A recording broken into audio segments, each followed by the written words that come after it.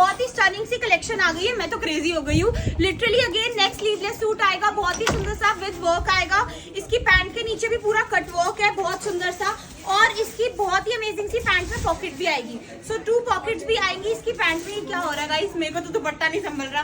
Pocket भी आएगी pant में। बहुत स्टनिंग सा सूट आया है। आई एम वेयरिंग अ फिरोजी विद येलो, सॉरी लड्डू पीला कलर। एंड इसके अंदर जो कलर आएगा एक बहुत ही सुंदर सा green colour also we have. So we have 2 shades in this print. एक ग्रीन आएगा, एक ब्लू आएगा।